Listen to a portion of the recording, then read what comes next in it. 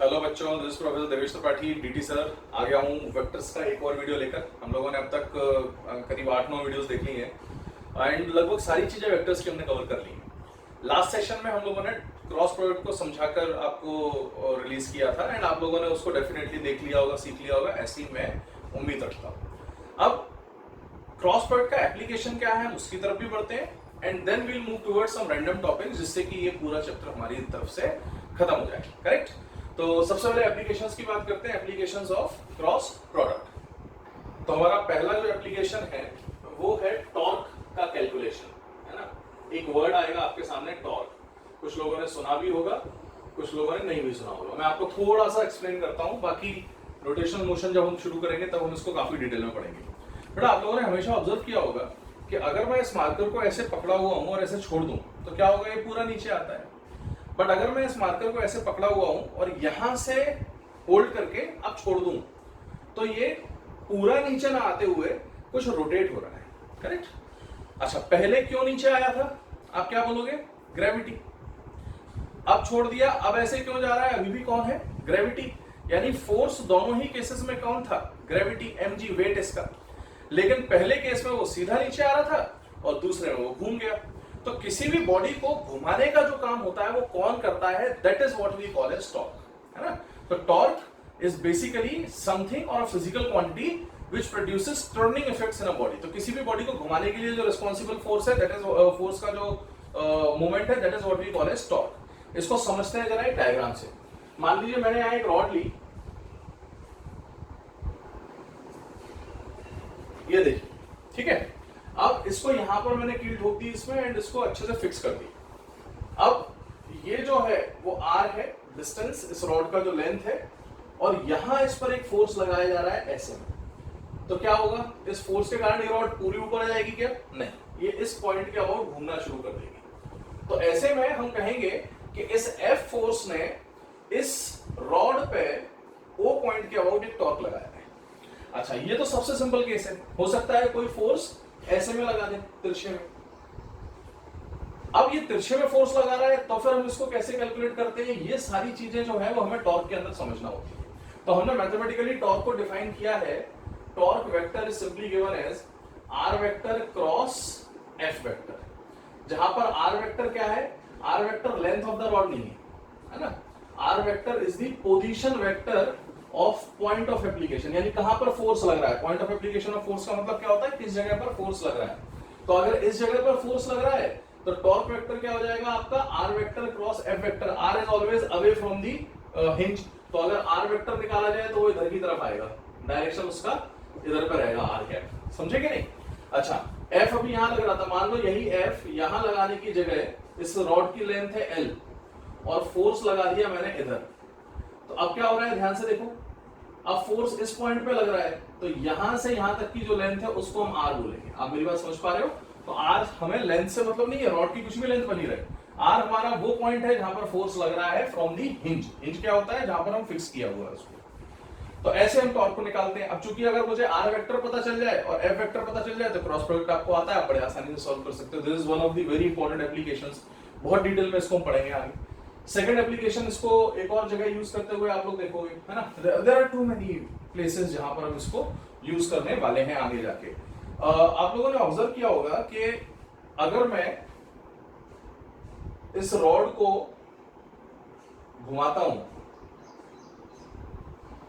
तो इसको घुमाने के दौरान ये वाला पॉइंट आगे जा रहा है, ये भी आगे जा रहा है, बट थोड़ी देर में जब रॉड इधर पहुंचती है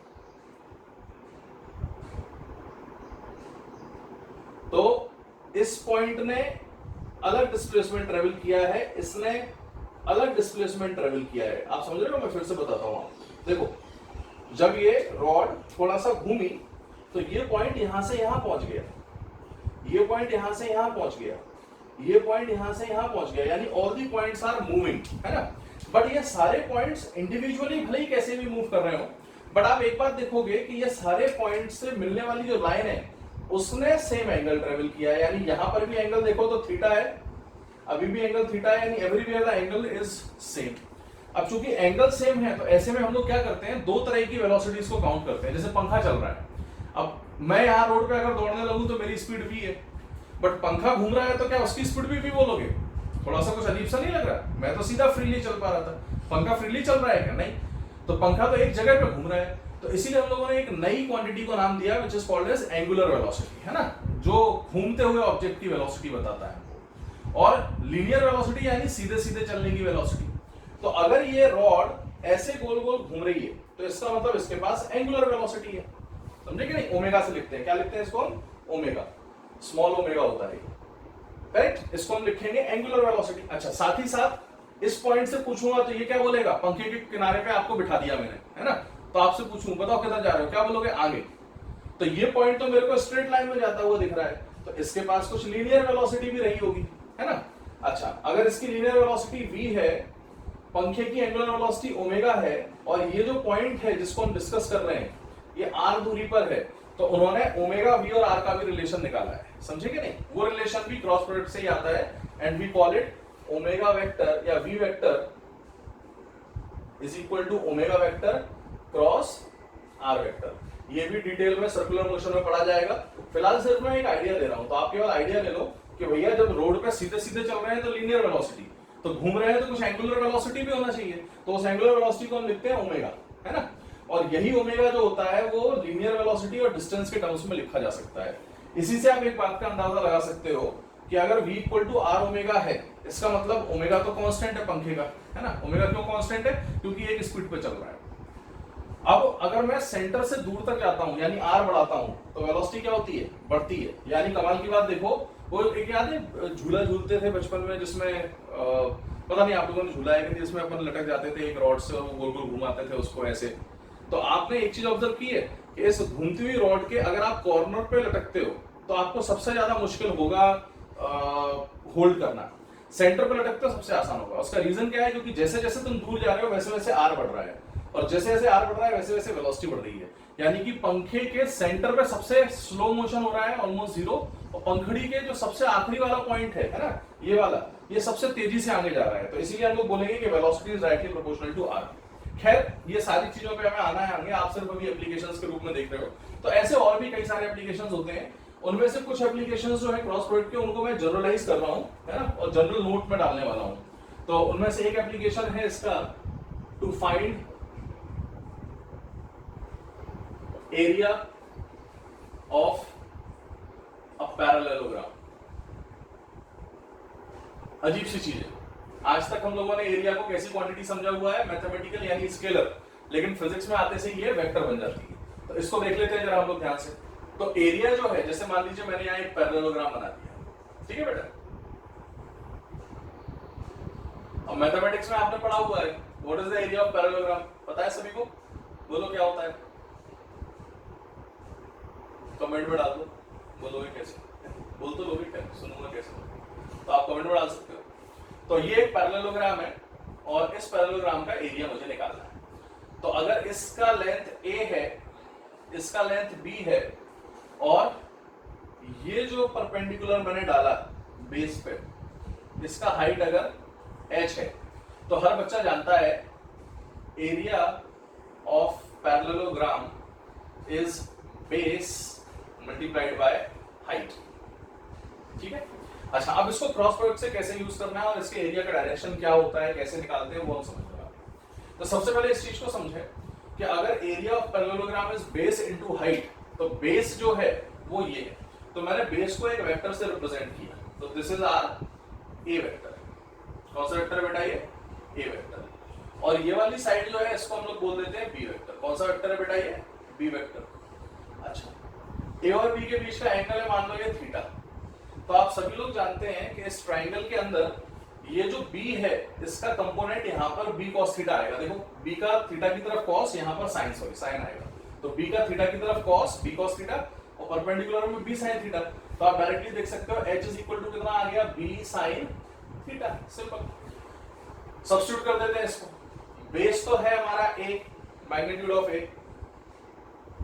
और हाइट जो है वो क्या है? Magnitude of b into sine theta. तो यहां से जो एरिया आता है हमारा of parallelogram, that comes out to be a b sine theta. कभी पढ़ा है ए बी साइन थीटा? बिल्कुल पढ़ा है, उसी को पढ़ रहे हैं सब पिछले लेक्चर से। And that is what we call as a vector cross B vector का मैग्नीट्यूड। अब ये तो हुआ मैग्नीट्यूड वाइज। तो अब इसके डायरेक्शन की चर्चा करते हैं ना। हमें एरिया ऑफ पैरेललोग्राम मिल गया a b sine theta which is magnitude of A cross b. Actually area वैसे तो मैथ्स के अनुसार स्केलर क्वांटिटी है। मैथ्स में हालांकि स्केलर वेक्टर का कुछ मतलब भी नहीं है, मैथ्स में केवल नंबर्स को डील करते हैं, बट फिजिक्स में कई सारी जगह हमें एरिया को एज अ वेक्टर डील करना पड़ता है। तो जब हम एरिया को एज अ वेक्टर डील करते हैं, चूंकि ये क्रॉस प्रोडक्ट से आ रहा है तो इसका डायरेक्शन आना चाहिए, और इसका जो डायरेक्शन होता है वो हम डायरेक्टली ए क्रॉस बी या बी क्रॉस ए से नहीं निकालते। हम इसके डायरेक्शन को हमेशा आउटवर्ड नॉर्मल मानते हैं। तो अगर कोई पूछे कि एरिया ऑफ पैरेललोग्राम या एरिया वेक्टर का डायरेक्शन क्या होगा, तो हम सिंपली बोल सकते हैं the direction of area vector is considered to be along the outward normal,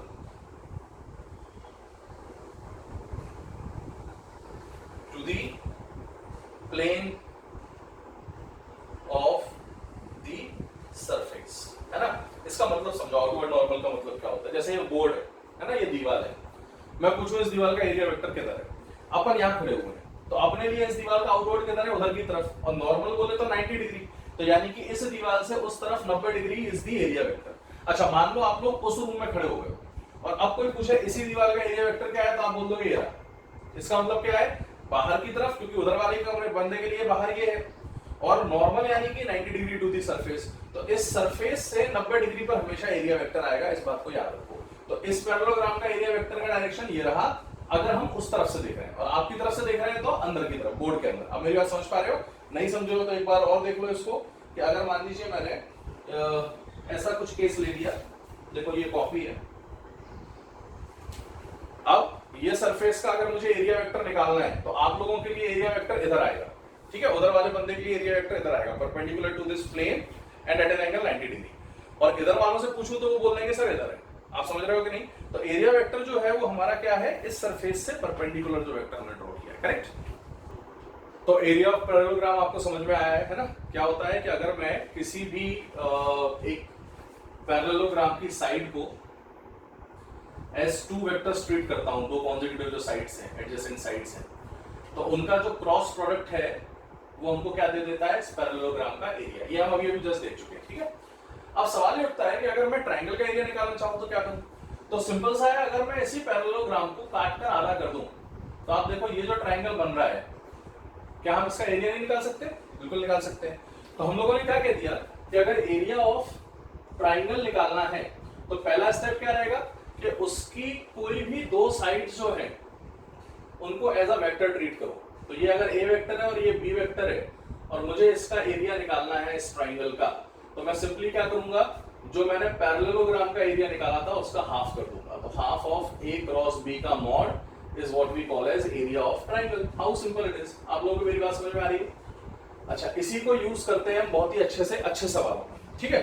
जैसे मान लो अगर मैं एक रैंडम सा क्वाड्रिलेटरल दे देता हूं और उसके चार साइड्स ऐसे कुछ भी दे दिए गए।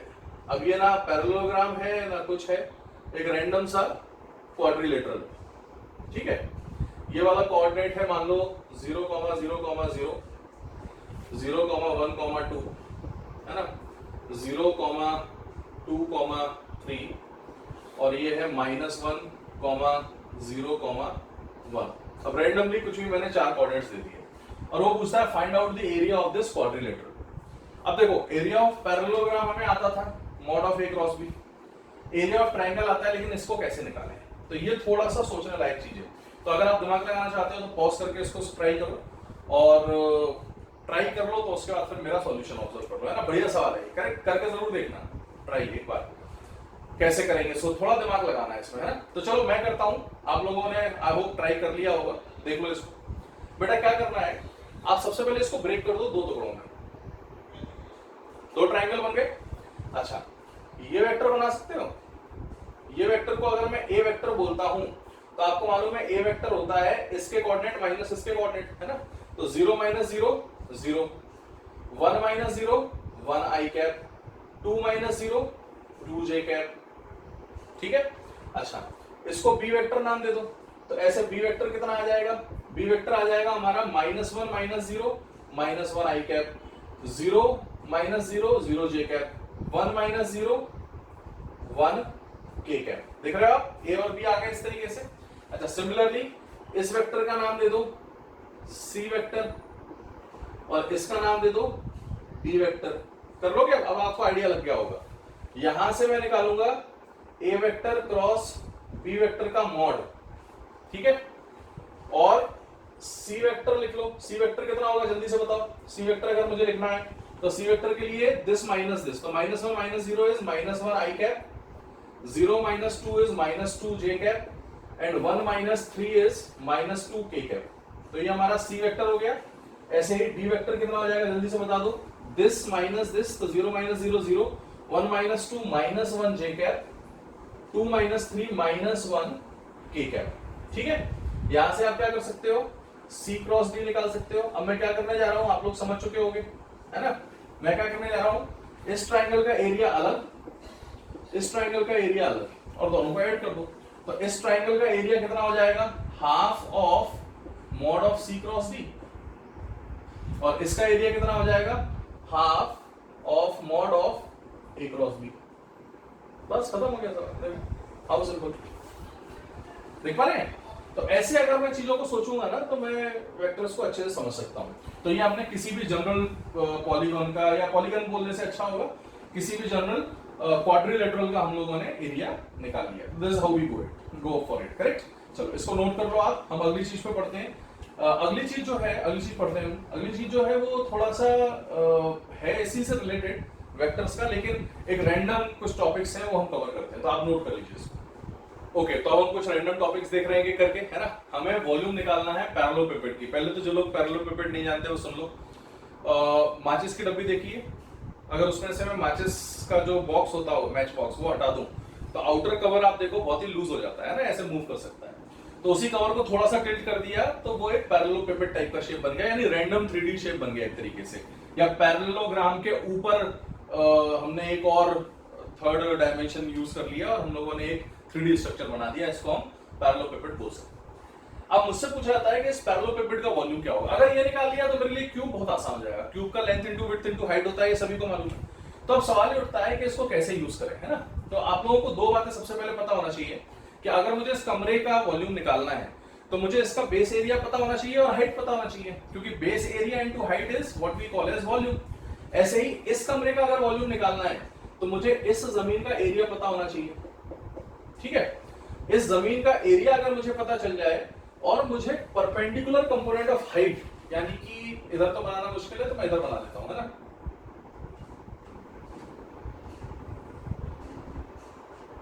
ये देखो, अगर मुझे perpendicular component of height, perpendicular surface के ऊपर, ये पता चल जाए और ये एंगल में कुछ ले लेता हूं थीटा, ठीक है। तो अब क्या होगा, अब मैं एरिया, इसका वॉल्यूम निकाल सकता हूं। इसका वॉल्यूम जो होगा वो होता है base area multiplied by height, है ना। हाइट को हम लोग h बोल देते हैं। तो बेस एरिया निकालने का तरीका आप लोग अभी पढ़ चुके हो। कितना होता है बेस एरिया, होता है magnitude of a vector cross B vector, ठीक है। तो magnitude of A cross B is base area.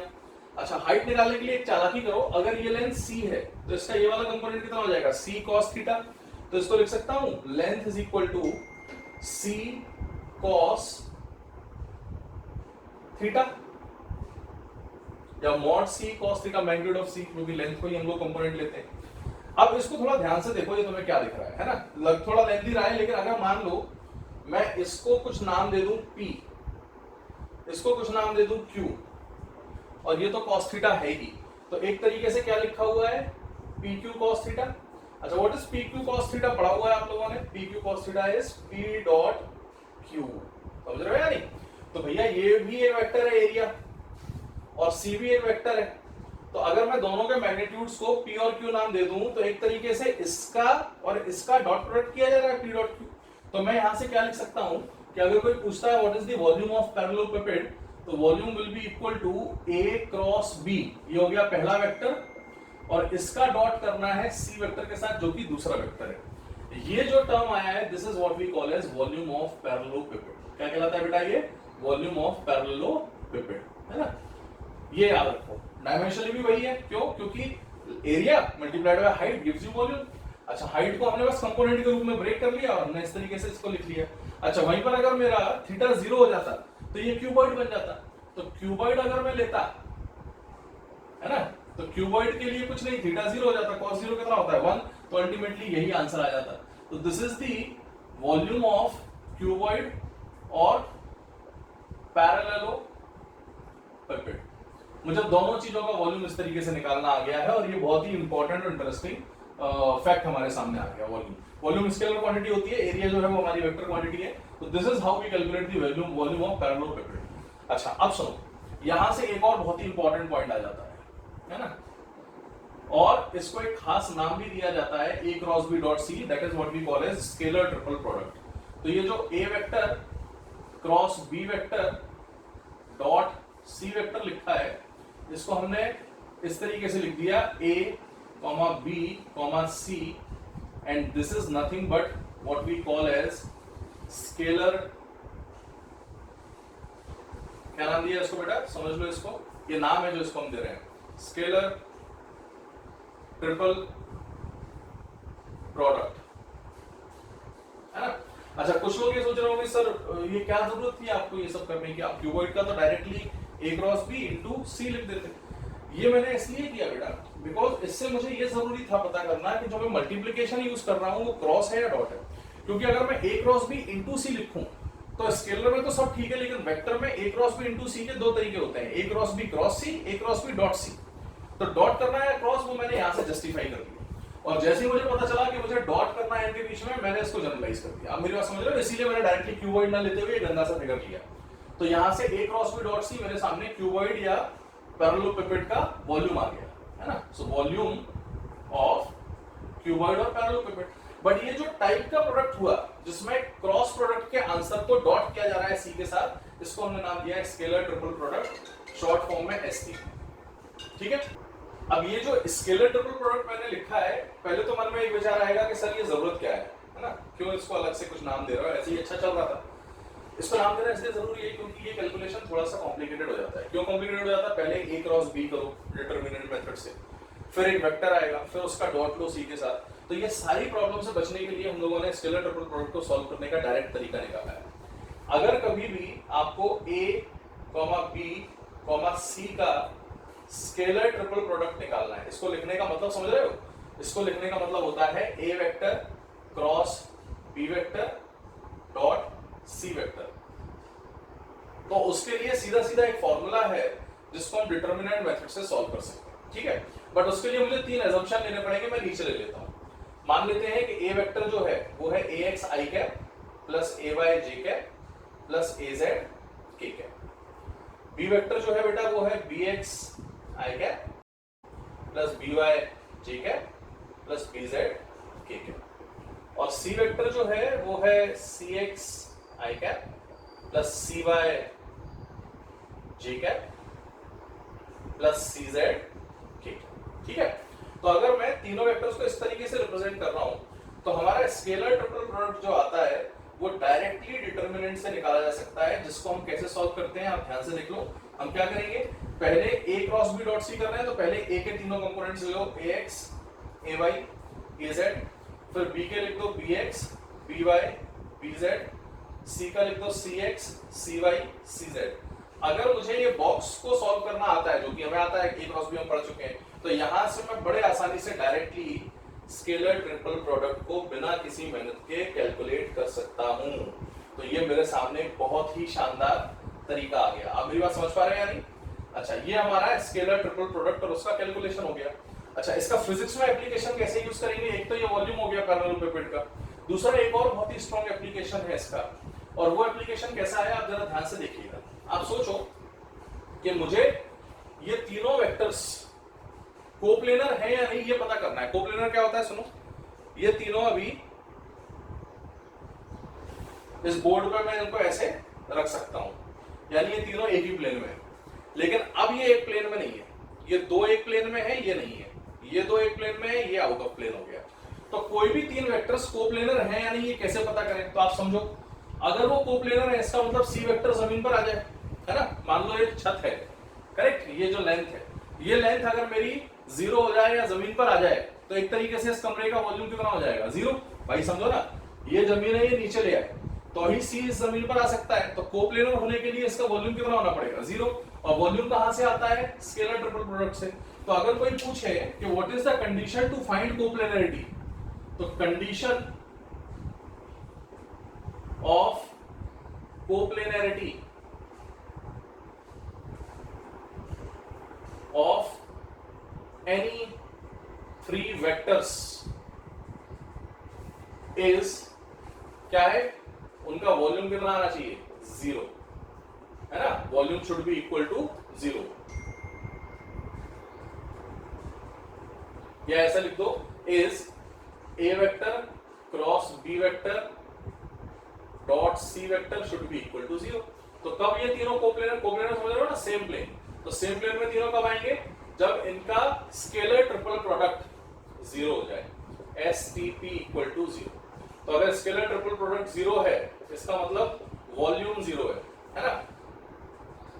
Directly इसको कैसे लिख सकते हैं? आप सीधा बॉक्स बना दो, आप लिख दो AX AY AZ BX BY BZ CX CY CZ।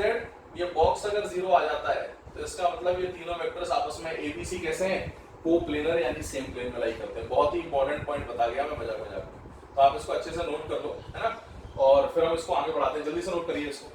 तो जैसे कि हम लोग निकाल चुके हैं वॉल्यूम और हम लोगों ने स्केलर ट्रिपल प्रोडक्ट को समझ लिया है, इससे रिलेटेड कुछ छोटे छोटे पॉइंट्स हैं जो आपको ऑब्जर्व करने हैं। और उनमें से एक पॉइंट ये है कि आप अगर A dot B cross C की वैल्यू निकालोगे और फिर A cross B dot C की वैल्यू निकालोगे तो दोनों ही वैल्यूज आपके सामने एकदम सेम आएंगी, समझ रहे हैं। यानी कि आप A cross B dot C कर लो या A dot B cross C कर लो, कोई फर्क नहीं पड़ता। In fact C cross A dot B पे भी कोई फर्क नहीं पड़ेगा। ये कैसे याद रखें? क्या लिख दिया सर आपने? इसको याद रखने का सिंपल तरीका समझो बेटा, किसी को भी किसी से क्रॉस करो, किसी को भी किसी से डॉट करो, कोई फर्क नहीं पड़ता। सिर्फ एक चीज का ध्यान रखना, ABC साइक्लिक ऑर्डर में होना चाहिए। साइक्लिक ऑर्डर समझते हो कि अगर A लिया तो फिर B आएगा फिर C आएगा, A लिया तो B आएगा फिर C आएगा, C लिया तो फिर A आएगा फिर B आएगा। तो देखो C लिया तो फिर A आएगा तो B आएगा, या फिर B लिया तो फिर C आएगा फिर A आएगा। तो अगर ये साइक्लिक सेंस में है तो आप कैसे भी लिख दो, कोई फर्क नहीं पड़ता, सबसे आंसर सेम आएगा। तो scalar triple product for cyclic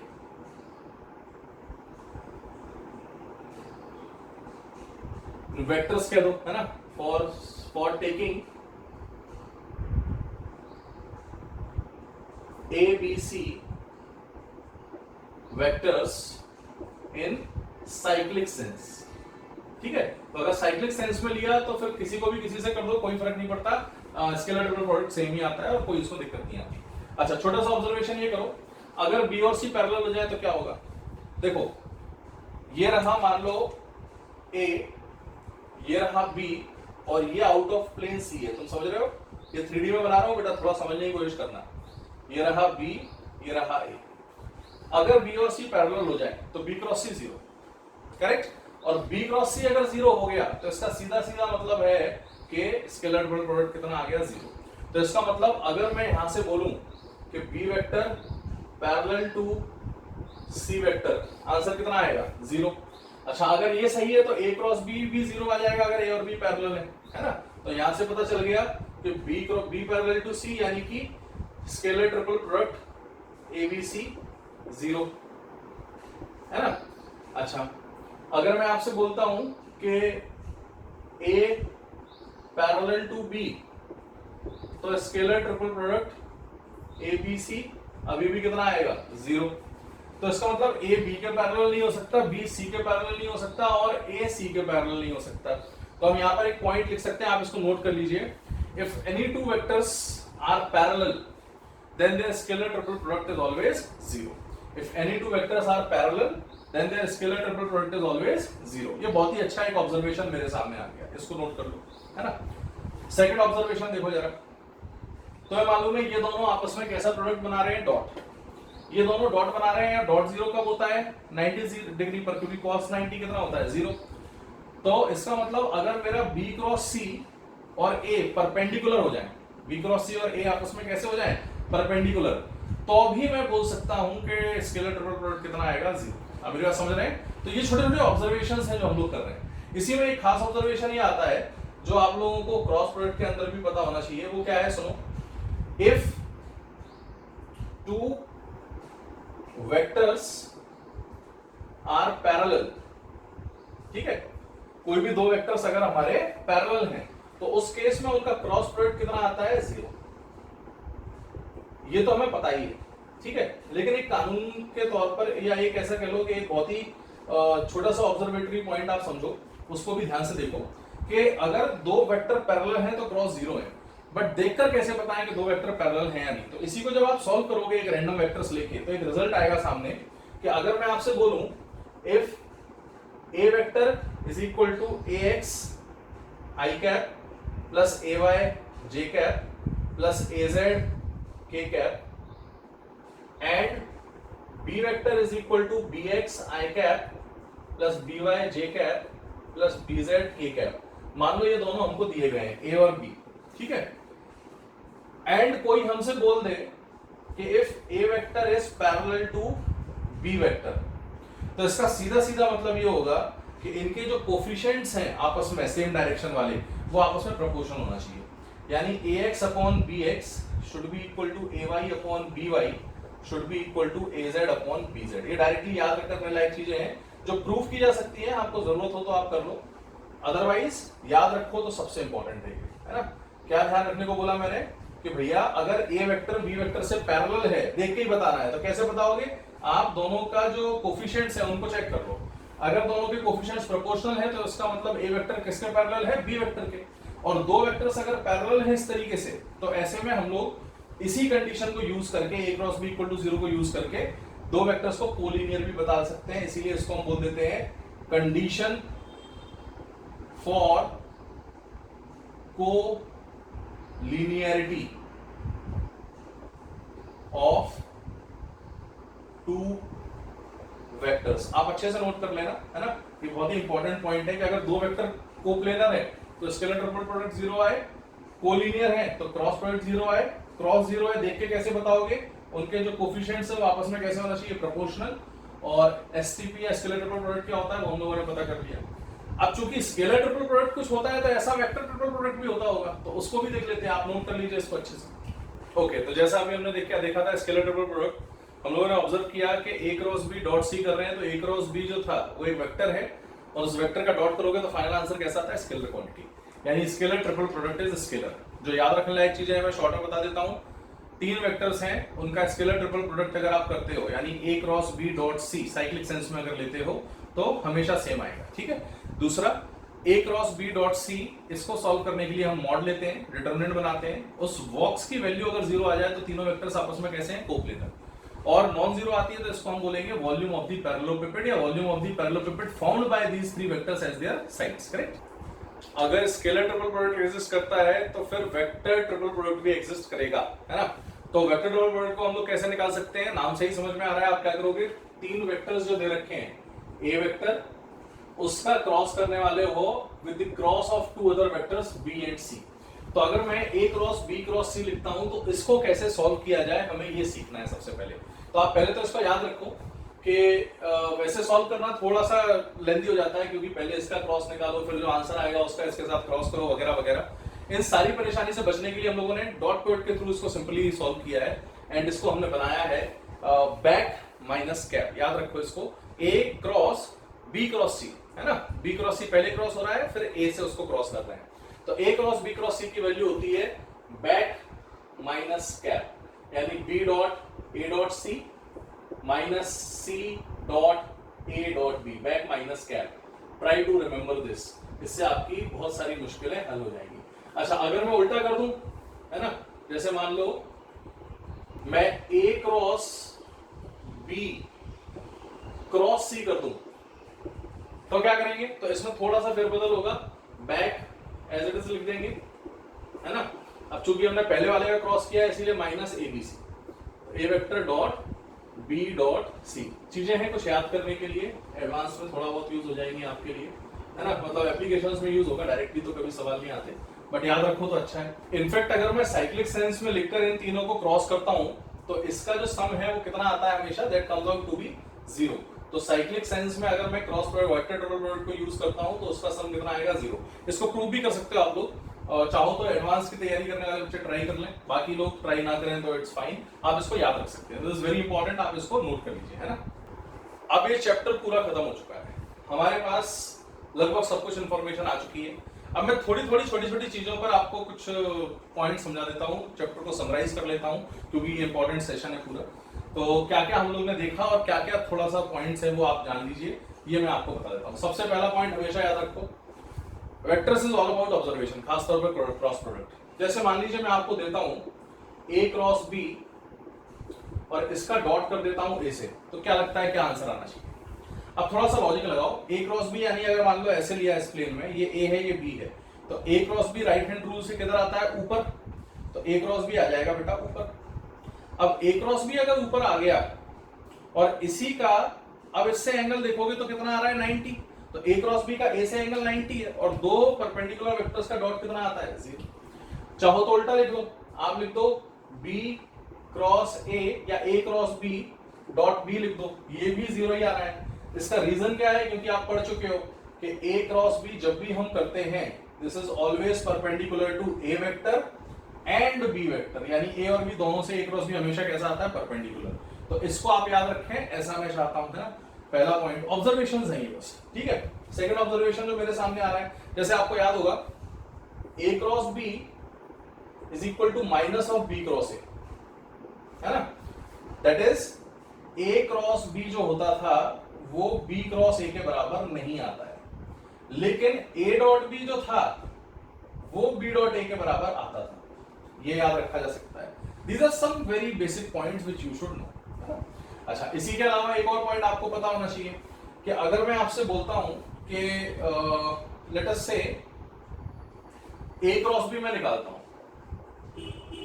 और इसका डॉट लेता हूं ए प्लस माइनस बी से, प्लस माइनस मतलब प्लस ले लो या माइनस ले लो, फर्क नहीं पड़ता। तो अब सोचो जरा, ए प्लस बी करोगे बेटा क्या होगा? ये रहा ए, ये रहा बी, ये आ गया ए प्लस बी, ये आ गया ए माइनस बी, जो भी हो इसी प्लेन में है और ए क्रॉस बी इससे परपेंडिकुलर प्लेन में है, तो ये हो चाहे ये हो, इससे तो हमेशा कैसे रहेंगे? परपेंडिकुलर। दो परपेंडिकुलर वेक्टर्स का डॉट कैसा होता है? 0। तो ये भी आंसर कितना आएगा? 0। देखो छोटी छोटी पॉइंट्स हैं, है ना। तो आज के सेशन में हमने बहुत सारी इंपॉर्टेंट चीजें सीखी, जिसमें जो समराइज करने लायक चीजें हैं, सबसे पहली सबसे इंपॉर्टेंट कि अगर मैं किसी भी पैरेललोपिपेड का वॉल्यूम निकालना चाहता हूं तो मैं स्केलर ट्रिपल प्रोडक्ट का यूज करता हूं, यानी ए डॉट या a dot a cross B dot c, उल्टा भी लिख सकते थे, फर्क नहीं पड़ता। ये होता है वो स्केलर ट्रिपल प्रोडक्ट। इसको सॉल्व करने का सबसे सिंपल तरीका, बॉक्स बना दो, बॉक्स में A X A Y A Z, B X B Y B Z, C X C Y C Z, solve कर लो इसको। अगर इसकी वैल्यू 0 आती है, इसका मतलब तीनों वेक्टर्स एक ही प्लेन में लाई करते हैं, कोप्लेनर हैं। नॉन जीरो आती है तो वॉल्यूम है, यानी कि 3D स्ट्रक्चर है। आपको मेरी बात समझ में आ रही है? इसमें हमने कुछ चीजें समझी थी, ये सारा पॉइंट्स आपको पता होना चाहिए। आपको ये भी पता है कि दो वेक्टर्स को अगर as a side of parallelogram लेता हूं तो इनका क्रॉस हमको इसका पैरेललोग्राम का एरिया देता है। लेकिन अगर मैं ट्राइंगल का एरिया निकालना चाहूं तो साइड्स का क्रॉस तो करो बट उसको हाफ कर दो, यानी ए क्रॉस बी का जो मॉड है उसको हाफ कर दो, this will give you area of triangle. और पैरेललोग्राम का एरिया निकालना है तो सीधा सीधा ए क्रॉस बी। ये सारी चीजें हम पढ़ चुके हैं, आई होप आप इसको याद रखेंगे, बहुत ही इंपॉर्टेंट सेशन था ये। इसको लिख लीजिए अच्छे से, नोट्स बनाइए, क्वेश्चंस लगाइए, इसकी डाउट्स पूछिए मेरे से और प्रैक्टिस करते रहिए, ये बहुत ही शानदार चीज है। आई वुड लाइक कि आप सब इसको अच्छे से नोट करें। सी